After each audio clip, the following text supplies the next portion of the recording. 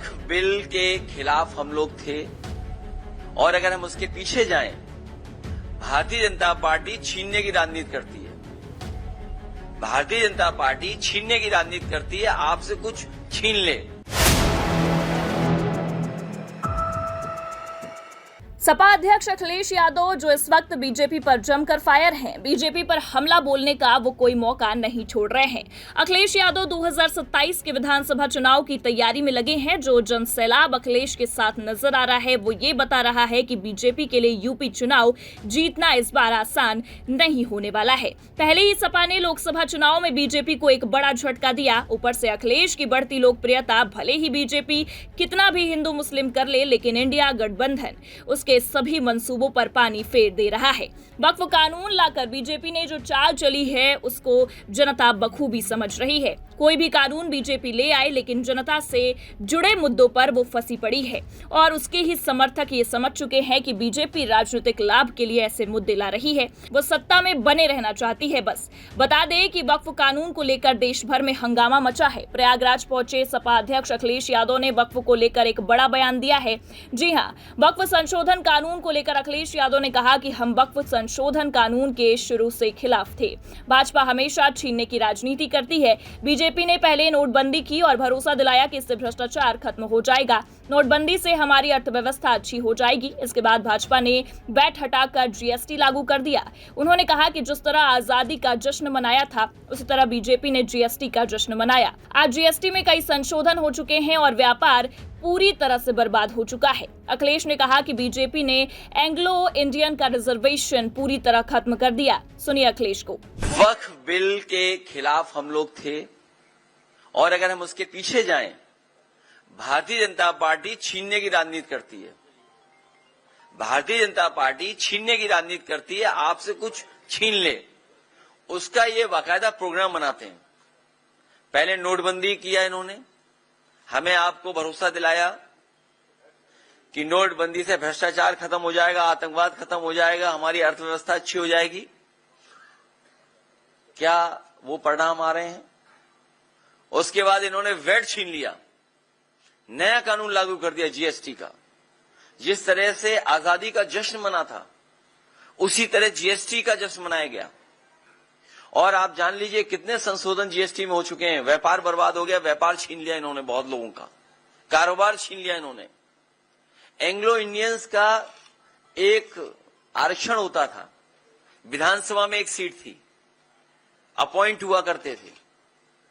दिल्ली में लोकसभा में भी सीट थी। एंग्लो इंडियंस का इन्होंने आरक्षण छीन लिया। ये जो जगह जगह वाइस चांसलर अपॉइंट कर रहे हैं ये लोग, या आयोग वगैरह में अपने लोग बैठा रहे हैं, ये सब आरक्षण छीन रहे हैं लोग। बौद्ध धर्मों का इन्होंने बहुत से स्थानों को छीन लिया। हाल ही में आपने देखा होगा जैन धर्म के लोग पूरे आंदोलित हैं।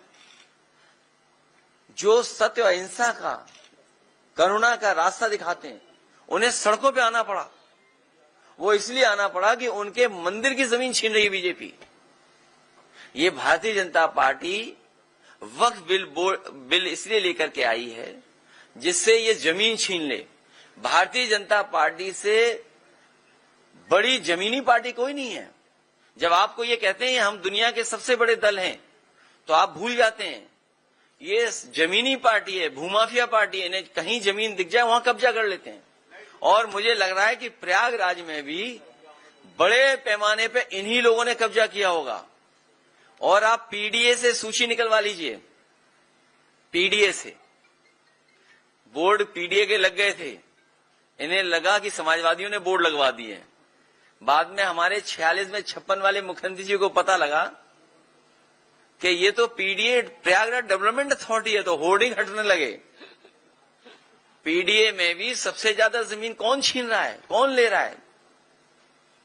ये भूमाफिया पार्टी है भारतीय जनता पार्टी। इन्होंने तालाब, सरकारी जमीन, झगड़े की जमीन, पुलिस के दबाव को बना करके, और बहुत सारे जो यहां पर घटनाएं हुई हैं, बहुत सारी प्रयागराज की जो घटनाएं हुई हैं, अंतर्राष्ट्रीय स्तर पे, देश के स्तर पे जब कभी भी सच्चाई आएगी सामने, तो ये भारतीय जनता पार्टी के भूमाफिया नेता और उनके लोग ही निकलेंगे।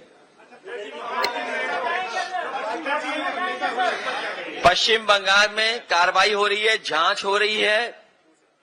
पश्चिम बंगाल में जो दंगा बताया जा रहा है, जो हुई है घटना, उस पे कार्रवाई भी हो रही है, जांच भी हो रही है, कई लोग गिरफ्तार भी कर लिए गए हैं। लेकिन इसके साथ साथ याद रखिएगा एक बात, ये दंगा कराने के पीछे अगर किसी का हाथ होता है तो हमेशा भाजपा ही होते हैं। मैं अपने यहां का उदाहरण देना चाहता हूं, कन्नौज का। कन्नौज में एक गरीब को इन्होंने पकड़ा, भारतीय जनता पार्टी के कार्यकर्ता नेताओं ने, और उससे कहा कि हम तुम्हें 10,000 रुपए या 20,000 रुपए देंगे, तुम ये जानवर का ये मांस इस मंदिर में फेंक दो। वो गरीब घबरा गया, उसने कहा कि मैं ये काम नहीं कर सकता हूं। लेकिन बीजेपी के नेता ने कहा कि हम तुम्हारे साथ चलेंगे। वो बीजेपी का नेता साथ गया उस गरीब के, उसे कुछ पैसा दिया और मांस फिकवाया, और उसका परिणाम यह हुआ कि वहां पर बड़ी पैमाने पे दंगा हो गया। एक दूसरे की दुकानें तोड़ दी गई, जला दी गई, नुकसान हुआ।